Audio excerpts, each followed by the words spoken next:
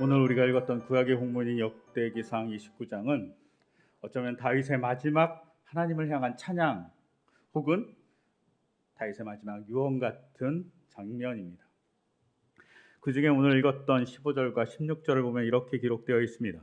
우리는 우리의 조상, 모든 조상처럼 나그네와 임시 거주민에 불과하며 우리가 세상에 사는 날이 마치 그림자 같아서 의지할 곳이 없습니다. 주 우리 하나님, 우리가 주님의 거룩한 이름을 위하여 주님의 성전을 건축하려고 준비한 이 모든 물건은 다 주님의 손에서 받은 것이니 모두 다 주님의 것입니다 라고 얘기합니다.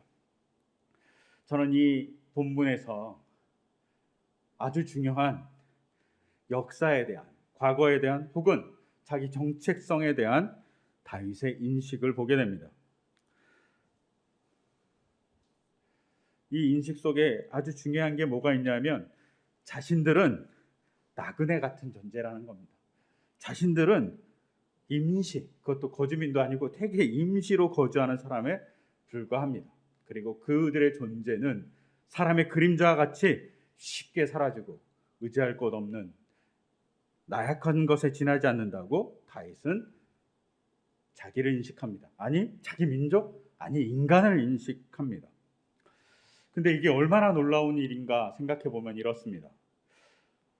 어떤 왕국이 엄청난 영토를 점령했습니다. 그리고 그 왕국이 찬란한 문명을 만들었습니다. 그리고 나서 하는 일이 뭡니까? 그리고 나서 하는 일은 뭐냐면 자기 민족에 대한 신화를 만드는 겁니다. 아니면 자기 왕에 대한 신격화를 하는 것입니다. 그래서 메소포타미아에는 엄청난 신하들이 존재하고 메소포타미아 왕은 신의 자녀라고, 신의 대리자라고 얘기해 줍니다. 또한 이집트에도 엄청난 신화가 존재합니다. 또 구약보다 더 늦은 그리스, 로마에도 엄청난 신화들이 존재합니다. 왕은 꼭 신과 같은 존재로 불립니다. 그리스 신화의 많은 국가들의 왕은 올림푸스에 있는 신들의 자녀라고 얘기합니다. 그렇게 꾸미는 것이죠. 그리고 그들의 민족은 위대한 자손이라고 얘기합니다. 그런데 다윗은 이스라엘 역사상 가장 큰 영토를 점령한 왕입니다. 그리고 그 왕으로서 왕국을 탄탄하게 만든 두 번째, 2대째의 왕입니다. 그런데 그가 자기 정체성을 뭐라고 얘기하면 나그네로서 대단히 우리는 초라한 거주민에 지나지 않습니다.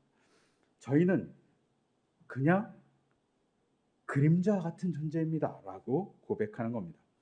이 고백이 얼마나 위대한 고백인지 알 수 있는 건 폰나트라는 구약 신학자가 구약에도 우리가 예배 시간마다 같이 외우는, 같이 고백하는 사도신경과 같이 신앙 고백과 같이 구약의 신앙 고백이 있다고 얘기합니다. 그 신앙 고백이 어디냐면 신명기 26장 5절에서 9절까지의 말씀입니다. 이 신명기 26장 5절에서 9절을 보면 이스라엘 백성에 대한 정의가 하나 나옵니다. 이스라엘 백성에 대해서 뭐라고 정의하냐면 우리는 떠돌아다니는 아랍 사람입니다 라고 고백합니다. 우리 조상은 되게 별 볼 일 없는 사람입니다. 하찮은 민족입니다 라고 얘기하죠. 우리가 히브리인이라고 얘기하는 이 히브리라는 단어도 정확하게 알지 못합니다. 아직까지 강을 건너온 사람이라는 말도 있고 어쩌면 노예와 같은 사람을 얘기하는 의미일 수도 있다고 얘기합니다. 이와 마찬가지로 자기들의 정체성에 대해서 이스라엘 백성은 위대한 민족이라고 얘기하지 않습니다. 자기는 하찮은 민족입니다. 그런데 신명기는 뭘 고백합니까? 젖과 꿀이 흐르는 가나안 땅에 살게 만들어주신 하나님의 은혜가 있어서 우리가 이렇게 삽니다 라고 고백하는 겁니다. 심지어 신명기 7장 7절에 이런 기록이 나옵니다. 주님께서 당신들을 사랑하시고 택하신 것은 당신들이 다른 민족들보다 수가 더 많아서가 아닙니다. 오히려 당신들은 모든 민족 가운데서 수가 가장 적은 민족입니다. 그래서 하나님께서 당신들을 선택하셨습니다. 민족적으로도 신화를 가질 수 있는 민족이 아니라고 얘기하는 겁니다. 그들은 그들의 민족을 뽐내지 않습니다. 그 대신 지금 자신들이 있는 이 자리가 하나님의 돌보심, 하나님의 보호하심으로 있다고 고백하는 거죠. 우리가 잘 아는 대로 젖과 꿀이 흐르는 땅은 유목을 하고 농사를 지을 수 있는 땅이라는 말입니다. 그런 땅에 자기들이 살고 있다라고 고백하고 그 고백의 신명기의 고백을 다윗도 갖고 있는 것이죠. 우리가 이렇게 국가를 만들고 엄청난 영토를 확보한 것이 우리가 잘나서 우리 민족이 뛰어나서가 아니라 우리 민족은 정말 하잘것없는데 하나님의 보호하심, 하나님의 도우심이 있다라고 고백하는 겁니다. 여기에 감사가 존재합니다. 감사가 존재하니 언제나 어떻게 했습니까? 자기가 받은 땅에 대해서 하나님을 향할 수 있습니다. 항상 감사가 있으니 겸손합니다. 그리고 감사가 있으니 함부로 사용하지 않았을 것입니다. 이것을 읽는 즉시 문제가 발생합니다. 8월 말 되면 우리는 역사 인식에 대한 이야기를 많이 나누게 됩니다. 그리고 역사 인식에 대해서 많이 나누면서 대표적인 나라가 우리가 언제나 일본과 독일에 대한 얘기를 합니다. 독일이 2차 대전에서 패망하고 나서 되게 힘들었습니다. 근데 2차 세계대전을 일으켰을 때 독일의 그 지도자는 히틀러입니다. 그는 자기 민족이 우수한 민족이라고 얘기했습니다. 아리안이라고. 그 아리안이란 그 말이 귀족, 자기는 귀족과 같은 민족이라고 얘기했습니다. 그래서 히틀러는 이런 생각을 했다고 합니다. 성격, 태도, 능력, 행동 양식은 그 사람이 속한 인종 안에 결정된다고 생각했다고 합니다. 그리고 그 히틀러의 관점은 인종을 구분하는 것입니다. 근데 뛰어난 그 아리아인 민족으로서의 독일 민족을 괴롭히는 것이 있다는 거죠. 그 우수한 민족을 파괴하는 게 있는데 혼혈이라고 생각한 겁니다. 그래서 혼혈시키는 나쁜 인종을 멸절시켜야 된다고 생각했고 그 중에 하나가 바로 유대인이었습니다. 그들은 자기 민족의 우수성을 강조하기 위해서 600만이나 되는 유대인을 학살합니다. 엄청난 일이 벌어진 것이죠. 그리고 그 학살의 결과는 우리가 잘 알지 않습니까? 독일이 패망한 겁니다. 독일이 2차 세계대전에 패망한 이후에 25년이 흐르고 1970년 독일의 총리인 빌 브라튼이라고 이 총리가 폴란드에 가서 무릎을 꿇고 유대인 희생자들의 위령비 앞에서 사죄를 합니다. 25년 후죠. 25년 후에 이렇게 사죄를 했을 때 독일 사람들이 다 환영했을까요? 그렇지 않습니다. 빌 브라튼이 사죄했을 때 독일의 많은 사람들이 맹비난을 했습니다. 특히 독일의 보수적이고 국가를 생각하는 사람들이 엄청나게 비난을 쏟아냅니다. 그때 브라튼 총리가 이렇게 얘기합니다. 독일의 비참한 과거사와 살해돼간 수백만에 대한 가책으로 나는 이 일을 안 할 수 없다. 내가 무릎 꿇는 게 당연하고 진작에 했어야 될 일이라고 얘기합니다. 과거에 대한 기억, 역사에 대한 인식을 제대로 하고 있는 것이죠. 이 역사에 대한 인식 때문에 세계 1, 2차 대전을 일으켰던 독일은 그래도 나중에 괜찮은 국가일 수 있다라는 사람들의 시선을 받게 됩니다. 아, 사죄하는 국가구나. 그리고 독일은 자신들의 그 모습을 끊임없이 반성하며 아직도 사죄하고 반성하고 도와주고 전범들을 찾기 위해서 열심히 노력한다는 사실을 우리는 잘 알고 있습니다. 심지어 독일은 홈스쿨링을 할 수 없는 나라입니다. 학교를 안 보내면 큰일이 나는 나라입니다. 아무리 똑똑한 애도 학교를 다녀야 됩니다. 혼자 딴 데 다닐 수 없어요. 왜? 독일은 뛰어난 한 명이 나타나서 히틀러 같은 사람이 나타나면 곤란하다고 생각합니다. 아이가 공동체 안에서 공동체의 관계를 배우고 그 관계에서 같이 살아가는 것을 알 때 진정한 교육이 일어난다고 생각합니다. 우리는 학교를 보낼 때 뭐라고 생각합니까? 아이가 공부를 잘하고 지식을 배워야 된다고 생각합니다. 그런데 독일은 여기에 더해서 뭘 생각하냐면 사람이 되기를, 사회인이 되기를 소망합니다. 그리고 그 소망 속에 독일인으로서 독재자가 나타나지 않기를 간절히 소망하면서 홈스쿨링을 못하게 했습니다. 심지어 2019년 판결이 났습니다. EU에 사람들이, 독일 가족이 제소를 합니다. 우리의 인권을 침해한 것입니다. 그래서 독일 스스로 우리가 홈스쿨링을 할 수 없게 하니까 EU가 독일을 말려주십시오 하고 독일이 아닌 EU에 제소를 합니다. 근데 EU가 독일 편을 들어줍니다. 홈스쿨링을 막는 것이 정당하다. 독일의 교육의 이념에서 사회화가 중요하고 공동체가 서로 나눈 것이 중요하다는 것을 강조하는 것이 중요하니 그것을 따르는 것이 중요하다고 얘기합니다. 즉 독일은 끊임없이 자기의 역사에 대한 인식을 하고 있는 것이죠. 자기가 어떤 존재였는지 인식합니다. 히틀러가 우수한 민족이라고 얘기했던 그 착각에서 넘어가서 우리는 전범 국가였고 전범 국가로서 우리의 정체성을 가진 것을 반성하면서 살아야 된다는 암묵적인 모습이 독일 안에 있습니다. 근데 이와 대조적으로 우리 바로 옆에 있는 일본인, 그들은 많은 만행을 저질렀습니다. 근데 그것에 대해서 사죄하지 않습니다. 강제징용도, 위안부 할머니에 대한 그 아픔도 제대로 사죄한 적이 없습니다. 그들에 대해서 제대로 보상한 적도 없습니다. 보상을 뭉뚱그려 해놓고 그들에 대해서 했다라고 얘기합니다. 일본이 이렇게 얘기하는 여러 가지 이유가 있겠지만 어떤 분이 이런 얘기를 한 적이 있습니다. 일본이 이렇게 자기의 잘못에 대해서 제대로 고백하지 못하는 이유는 그들이 신민이라고 생각하기 때문이라고 얘기했습니다. 즉 신의 백성이라고 생각한다는 겁니다. 즉 자기의 천황이 있잖아요. 그 천황은 신과 같은 존재이기 때문에 천황이 다스리는 일본이라는 이 나라는 신의 나라고, 신의 나라는 올바르다는 생각을 하고 있는 거죠. 근데 그 올바른 나라가 강제징용이든 위안부 같은 혹은 엄청난 만행을 질렀던 학살 같은 그 일을 할 리가 없다라고 생각하는 거죠. 도저히 그것을 받아들일 수 없다라고 생각하는 겁니다. 자기가 너무 의롭다고 생각하니까 자기의 과거가 아픈 것을 인정할 수 없는 겁니다. 여러분, 자기에 대한 인식이 정확하지 않으면 문제가 발생합니다. 자기가 너무 의롭다고 생각하면 문제가 발생합니다. 여러분, 기독교에서 어떤 면에서는 아픔이기도 하지만 어떤 면에서는 안 좋은 시각이기도 하지만 정말 바른 시각 하나가 있습니다.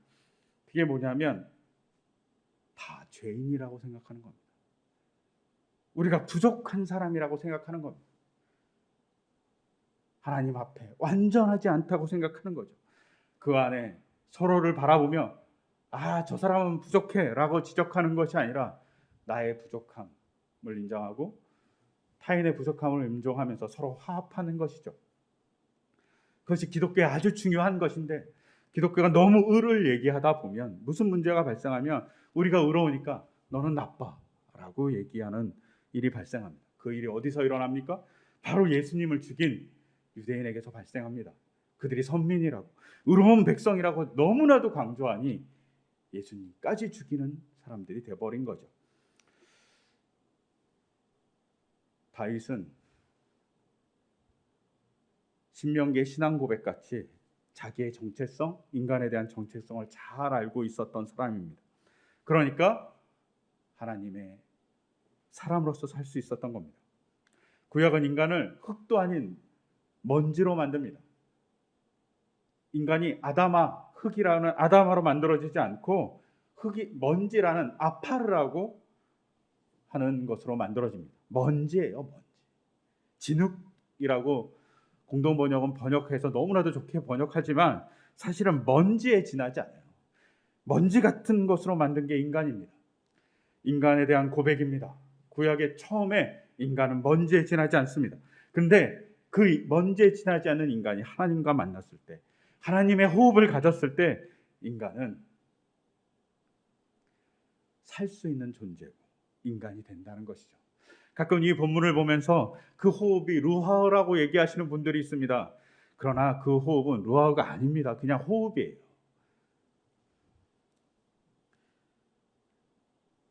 인간이 하나님께서 코에 생기를 불어넣을 때 그 생기라는 게 루아흐가 아니라 그냥 인간이 호흡하는 호흡이에요. 생명이 되었다는 것은 하야네페시입니다. 영적인 존재인 루아가 됐다는 게 아니라 그냥 살아있는 존재가 됐다는 거예요. 그리고 이 하야 네핏이란 이 단어는 인간만을 향해서 쓰지 않고 짐승을 향해서도 쓰고 있어요. 창세기 2장에. 단지 우리나라 번역에는 생명체가 되었다고 되어 있지만 히브리어에서는 똑같이 인간도 하야 네핏이, 동물도 하야 네핏입니다. 단지 다른 건 인간이 코에 하나님의 생기를 가졌을 때 하야 네핏이가 된다는 겁니다. 인간이 하나님과의 관계 안에 있어야만 됩니다. 그래야지 인간이 된다고 보는 겁니다. 그리고 이 하나님과의 관계를 잘 알았던 다윗은 하나님과의 관계를 돈독하게 위해서 뭘 합니까? 바로 성전을 짓기를 소망합니다. 하나님을 만나는 집을 짓기 소망합니다. 그런데 이 다윗의 소망을 하나님은 들어주지 않습니다. 역대기상 22장 8절에 이렇게 기록되어 있습니다. 여호와의 말씀이 내게 임하여 이르시되 너는 피를 심히 많이 흘렸고 크게 전쟁을 하였느니라. 내가 내 앞에서 땅에 피를 많이 흘렸은즉 내 이름을 위하여 성전을 건축하지 못하리라 라고 되어 있습니다. 여러분, 여기서도 고대 근동의 사건과 너무나도 다른 하나님의 음성이 있습니다. 고대 근동의 왕들은 자기가 위대한 영토를 점령하면 어떻게 합니까? 신이 나에게 그런 능력을 줬다고, 신이 나에게 그런 축복을 줬다고 해서 성전을 어마어마하게 줬습니다. 자기의 신을 찬양하는 성전을 자국만에만 짓는 게 아니라 타국에도 짓습니다. 그런데 하나님이 이걸 거부합니다.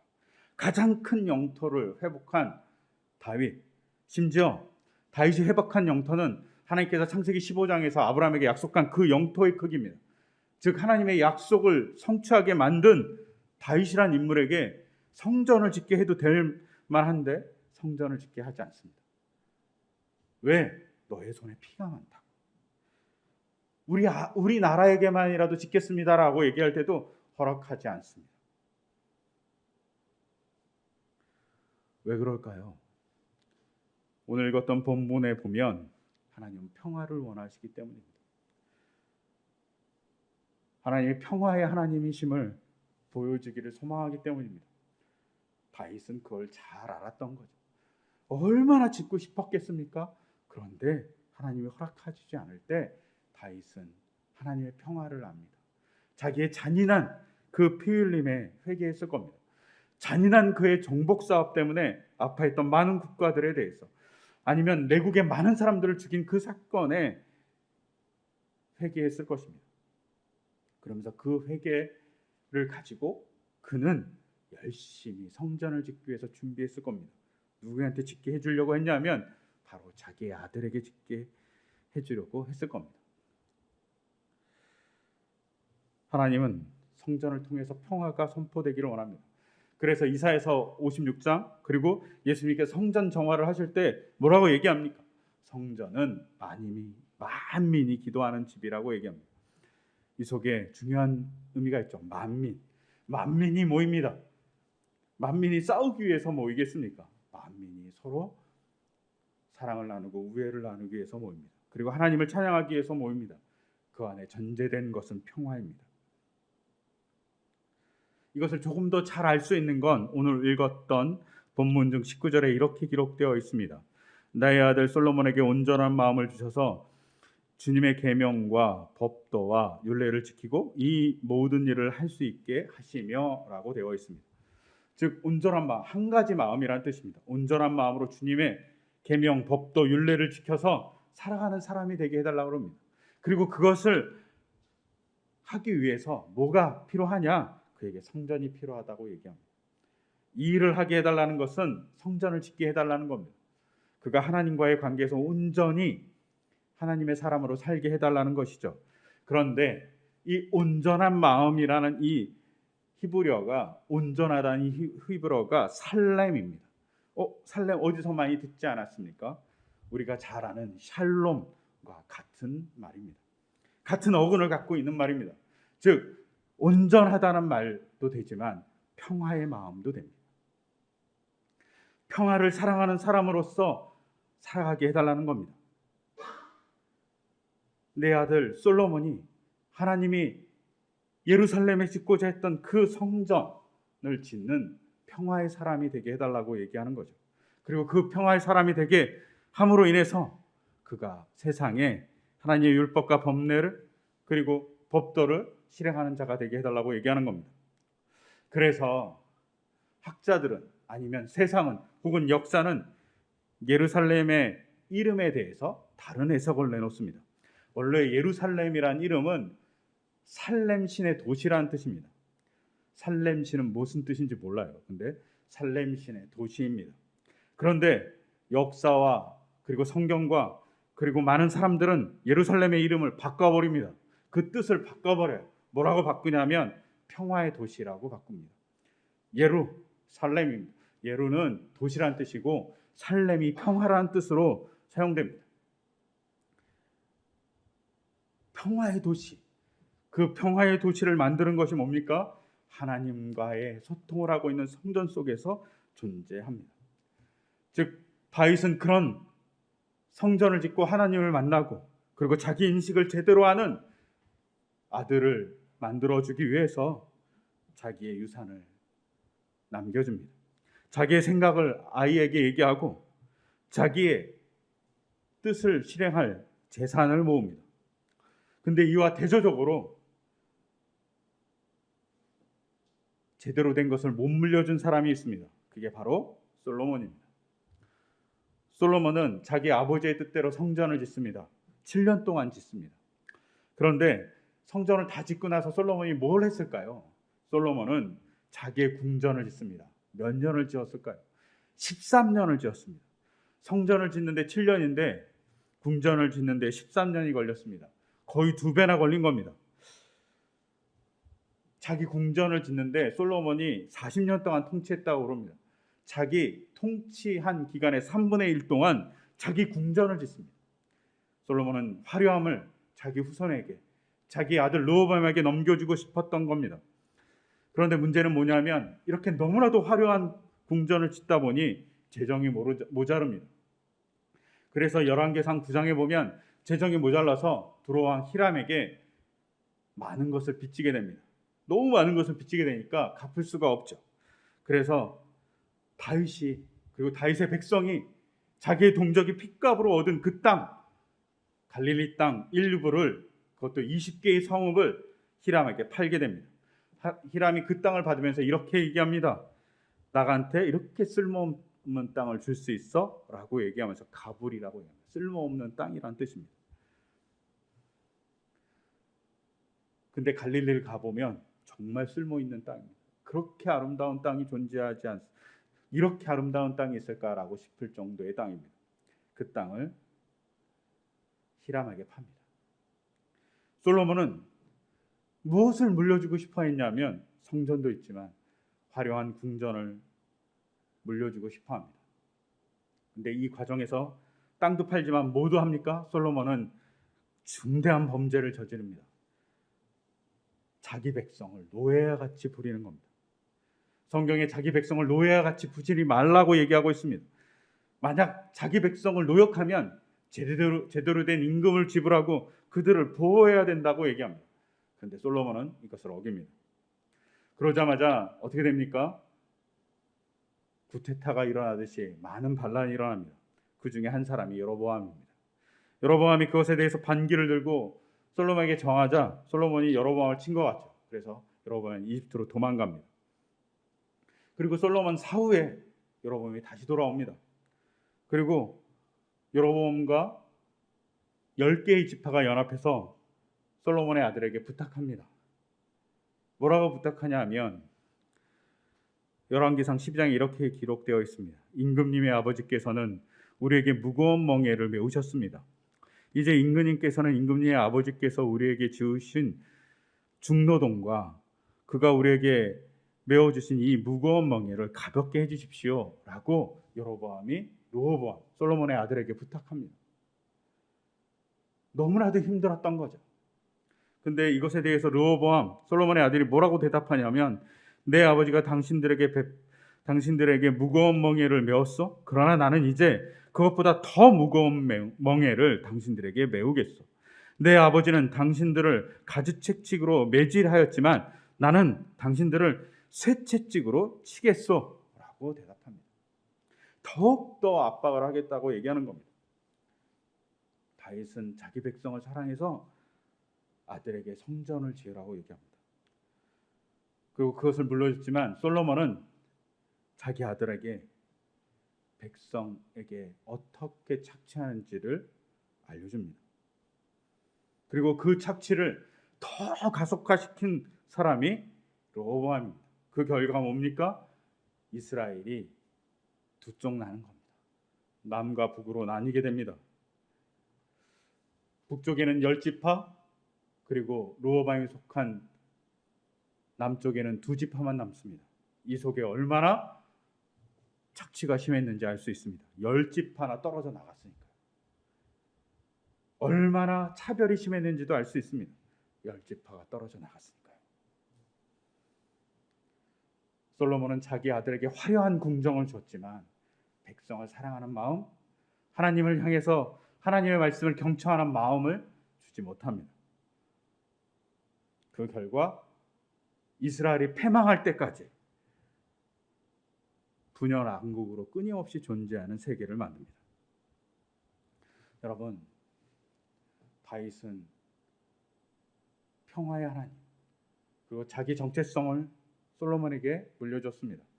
그러나 솔로몬은 평안한 삶, 안일한 삶을 그의 아들 르호보암에게 물려주는 것에 지나지 않았습니다. 그러니 하나님을 바라볼 수 없었던 것이죠. 우리는 무엇을 물려줄 수 있을까요? 현대의 우리는 무엇을 물려줄 수 있을까요? 질문해야 됩니다. 우리는 정체성과 하나님을 향한 마음을 물려줘야 됩니다. 틸리라는 신학자가 세계 2차 세계대전이 끝나고 미국에서 이제 신학자로서 살아갑니다. 그리고 세계 2차 세계대전 이후에 미국의 상황을 쭉 보면서 미국이 엄청난 부와 발전하는 것을 보게 됩니다. 그리고 그렇게 발전하면서 엄청나게 많은 사람들이 교회에 가고 교회가 부흥되는 것을 보게 됩니다. 그런데 그때 교회가 한 일을 보면서 개탄합니다. 틸리가 뭐라고 얘기했냐면 미국의 교회를 향해서 거대한 건물 콤플렉스에 빠졌다고 얘기했어요. 미국 교회가 부흥하니까 뭘 하기 시작했냐면 건물을 막 다 지은 겁니다. 아름답고 큰 건물을 짓기에 경쟁에 빠진 겁니다. 그리고 그것을 자랑하는 미국이 된 것이죠. 이때 미국은 엄청난 인종차별을 했습니다. 평화에 관심도 없습니다. 제국의 지배를 가지고 전쟁을 벌이는 일에 앞장섰습니다. 그런데 이것에 대해서 교회는 침묵했습니다. 뭐에 빠졌냐면 건물을 짓고 성공이라는 이름 하에 번영신학을 얘기하기에 바빴습니다.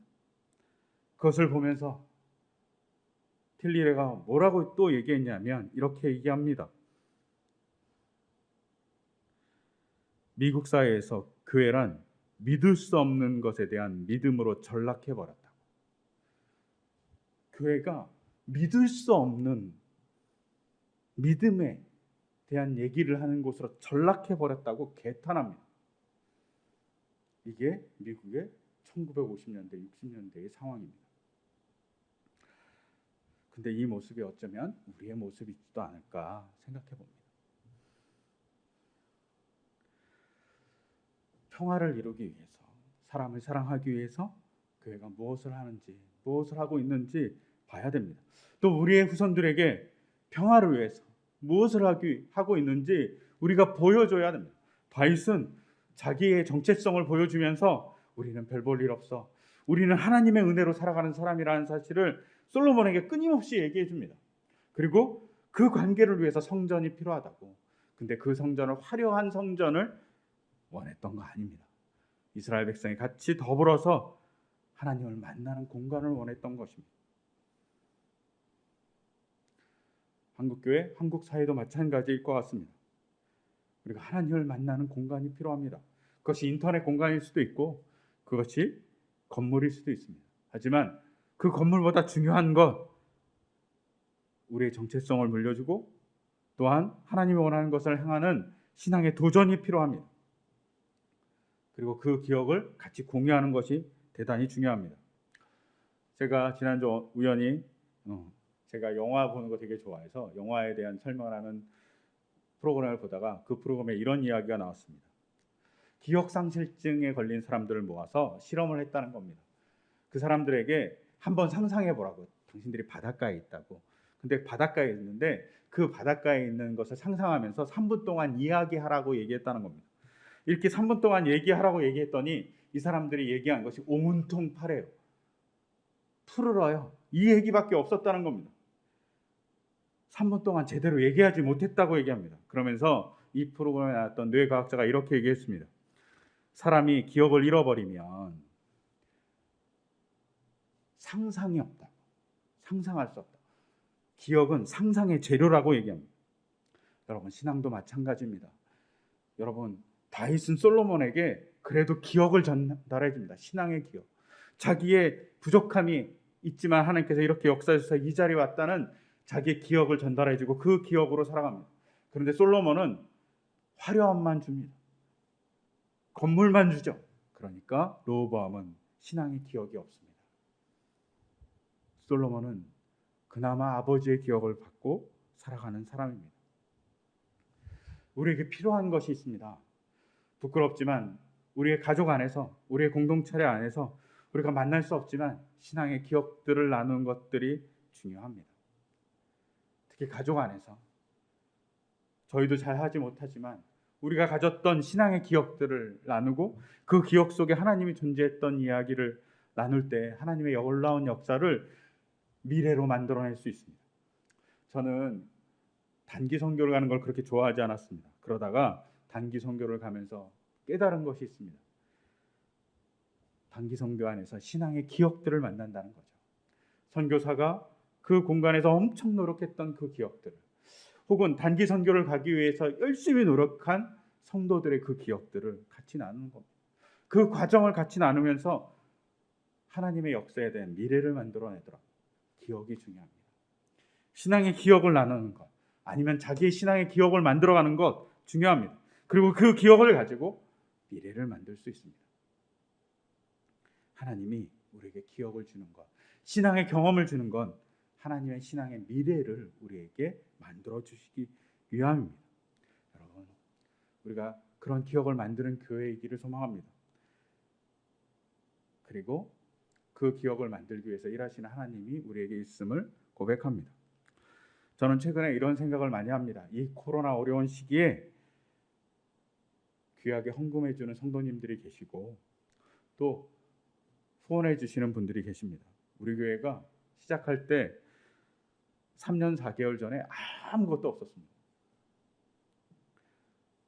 저희 교회가 시작할 때 단돈 100만 원밖에 없었습니다. 그것도 저희 돈이 아니라 귀한 분이 주신 돈으로 시작했습니다. 그런데 장소도 없고 공간도 없고 시간도 없는 우리 교회를 3년 4개월 지켜주신 분이 하나님입니다. 그리고 그 공간을 만들어 가고 그 만남을 만들기 위해서 헌금해 주신 분이 계시고 우리 성도님들이, 그리고 후원해 주신 분들이 있습니다. 제가 대충 보면서 어떤 분들은 풍요롭지만 어떤 분들은 정말 좁은 공간에서 열심히 노동하면서 번 돈을 귀하게 헌금해 주신 분들이 계십니다. 저는 이 속에 신앙의 기억을 갖습니다. 그분들이 우리 교회에 바라는 것들이 있고 또 그분들이 꿈꾸는 것들이 있습니다. 우리 교회가 이제는 조금 약간의 종잣돈을 만들 수 있는 수준까지 왔습니다. 이제 뭔가를 시작할 수 있어요. 그래서 기도해 주십시오. 교회 공간이 아닌 하나님의 기억, 하나님의 역사의 기억을 만들어가는 우리 교회가 될 수 있게 해달라고 기도해 주시고 같이 고민해 주시고 제안해 주시면 우리가 그것을 가지고 사회에 혹은 이 땅에 하나님의 나라의 공간을 만들어가기를 소망합니다. 예수님께서 동네 돌아다니면서 하나님 나라를 선포했습니다. 여기가 하나님 나라라고, 너희가 하나님 나라의 백성이라고 얘기합니다. 우리 교회가 하나님 나라의 백성을 만들어가는 그런 교회가 될 수 있게 해달라고 기도해 주시고 같이 협력해 주시기를 소망합니다. 그때 우리는 우리 후손에게 신앙의 기억을 물려주는 귀한 교회가 될 겁니다. 그리고 하나님께 어울리는 교회가 될 거라고 믿습니다. 그런 교회가 될 수 있도록 이 시간 같이 기도드리겠습니다. 제가 기도드리겠습니다. 하나님, 다윗은 정체성에 대한 그 물음에 대해서 하나님의 은혜를 바라봤습니다. 부족한 자신을, 자기 민족을 하나님께서 이끌어 주신 것을 바라보았습니다. 다윗은 또한 그 관계를 유지하기 위해서 성전이 필요함을 바라봤습니다. 그러기에 후손에게 성전을 지을 것을 위해서 많은 재물을 준비했습니다. 하나님과의 관계를 만들고 하나님의 땅을 만들어가기 위해서 열심히 노력한 다윗과 같이 우리도 우리의 정체성이 죄인이고 보잘것없지만 하나님의 은혜로 이 자리에 있음을 고백하고 또 하나님의 구원과 하나님의 사랑을 기억으로 전수할 수 있는 교회 되기를 소망합니다. 신앙인 되기를, 가족이 되기를 소망합니다. 그걸 통해서 하나님의 역사를 나누고 하나님의 나라가 이 땅에 왔음을 선포하는 교회가 되기를 소망합니다. 우리에게 지혜를 주시고 세상에 원하시는 하나님의 뜻을 같이 나눌 수 있는 교회가 될 수 있도록 인도하여 주시옵소서. 이 모든 것 주 예수 그리스도의 이름으로 기도드립니다. 아멘.